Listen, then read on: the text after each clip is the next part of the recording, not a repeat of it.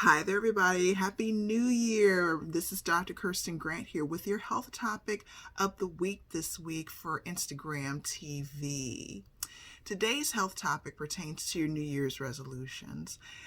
It is entitled Two of the Most Important Things That You Need to Know If You're Even Thinking About Dieting in 2020.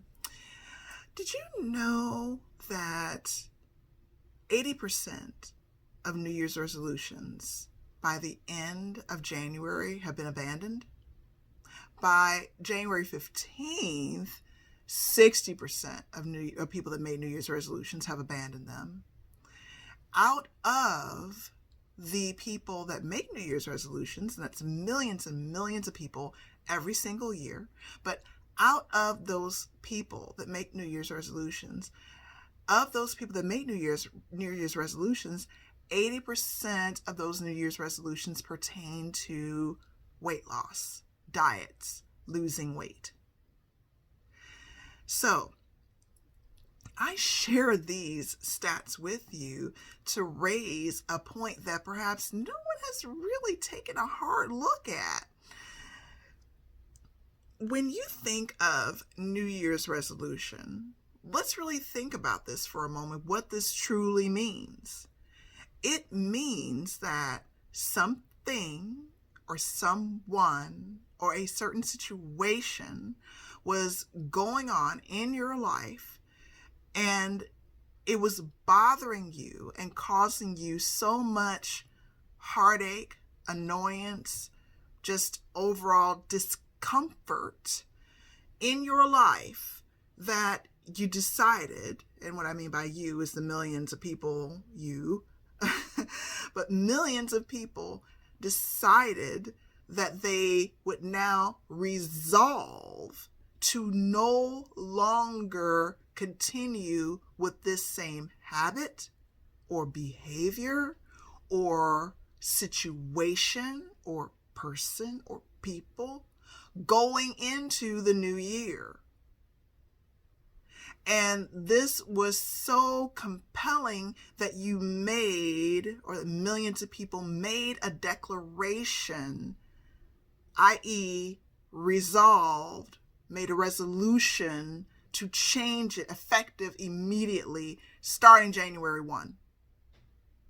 And of those millions of people that made these resolutions, 60% of them have fallen off by the halfway through January, and 80% of them have completely abandoned the notion by the end of January. So 60% halfway through climbs to 80% by the end. So by January 31st, 80% of people that made the New Year's resolutions have decided that this is just not happening.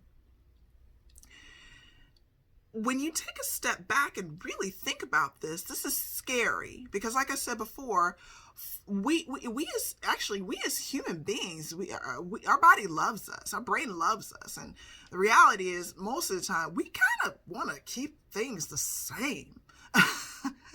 So for something to cause us enough pause to decide that we no longer want it to be the same, that it needs to change, that it needs to be different, and we've decided that we're going to make the effort to become different, but then we abandon the notion consistently and in massive droves.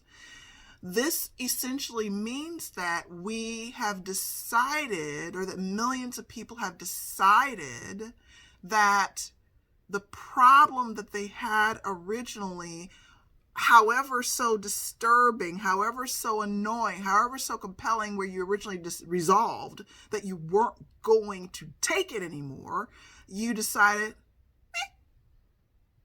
I'm going to keep it. I'm going to wrap my arms around it and give it a big old smooch and keep it in my life. Do you get my point? This is very disconcerting and very upsetting when you really look at it, because the numbers are so high in the amount of people that simply decided, I'd rather keep the problem.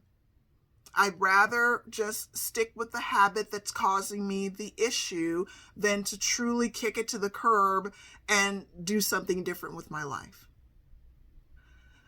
I share this with you to basically set the stage and help you understand how and why New Year's resolutions are so cumbersome to maintain, but also why it's so important to maintain said New Year's resolutions. So, without further ado, let's get into the top 2 most important things that you need to know before you even think about a diet in 2020.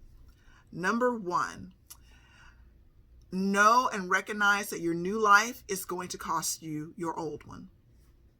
Number 2, choose a lifestyle that you know you can see yourself doing for months on end. That's it. Now, remember, my specialty is health psychology.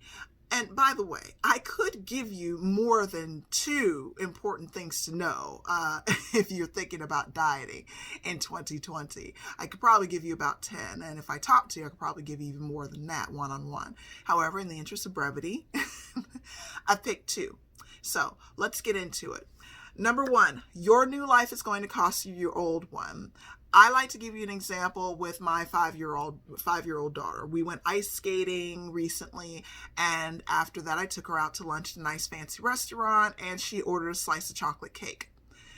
When she ordered that slice of chocolate cake, since we are huge believers in watching our sugar intake, I said, okay, before you order the slice of chocolate cake, I want you to be aware of, you have choices. A, you can order the slice of chocolate cake now and have nothing else sweet throughout the day.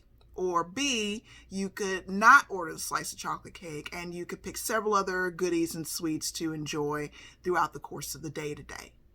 And she said, okay, I choose, even though I know I could have the other where I could have sweets all throughout the day, I choose to have and enjoy this slice of chocolate cake. And she ordered the chocolate cake and she enjoyed it. My point with the story is this.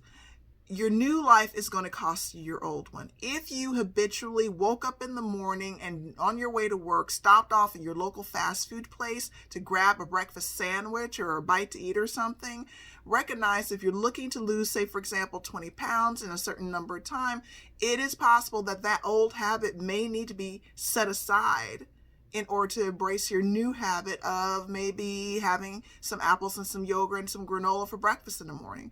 Or maybe you make your coffee, if for those of you that drink coffee, you make your coffee at home, for example. But you have to be aware that you're choosing this habit.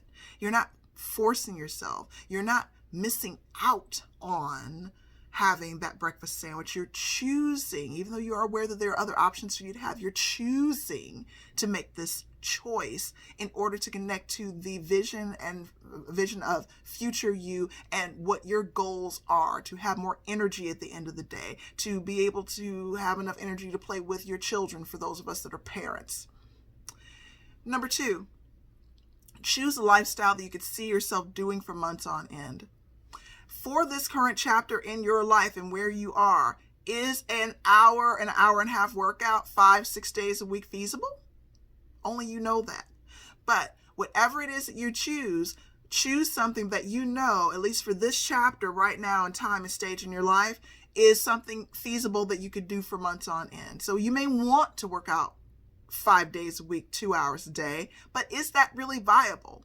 It's better to pick something like 3 days a week working out for an hour, or 5 days a week working out for 15 minutes, or sorry, not 15 minutes, but 30 minutes or whatever, for starters, for the first week, first month, in order to ingrain the habit, then start and then fall off and do absolutely nothing at all.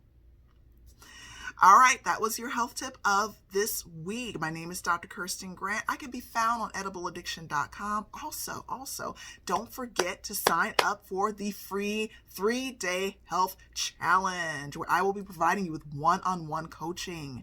The link is in my bio. It's also on my website, edibleaddiction.com. And that 3-day free health challenge will be going on effective midnight tonight, and it'll be going on for the rest of this week to help you get a jump start on your New Year's resolutions the right way. All right, much love to everyone.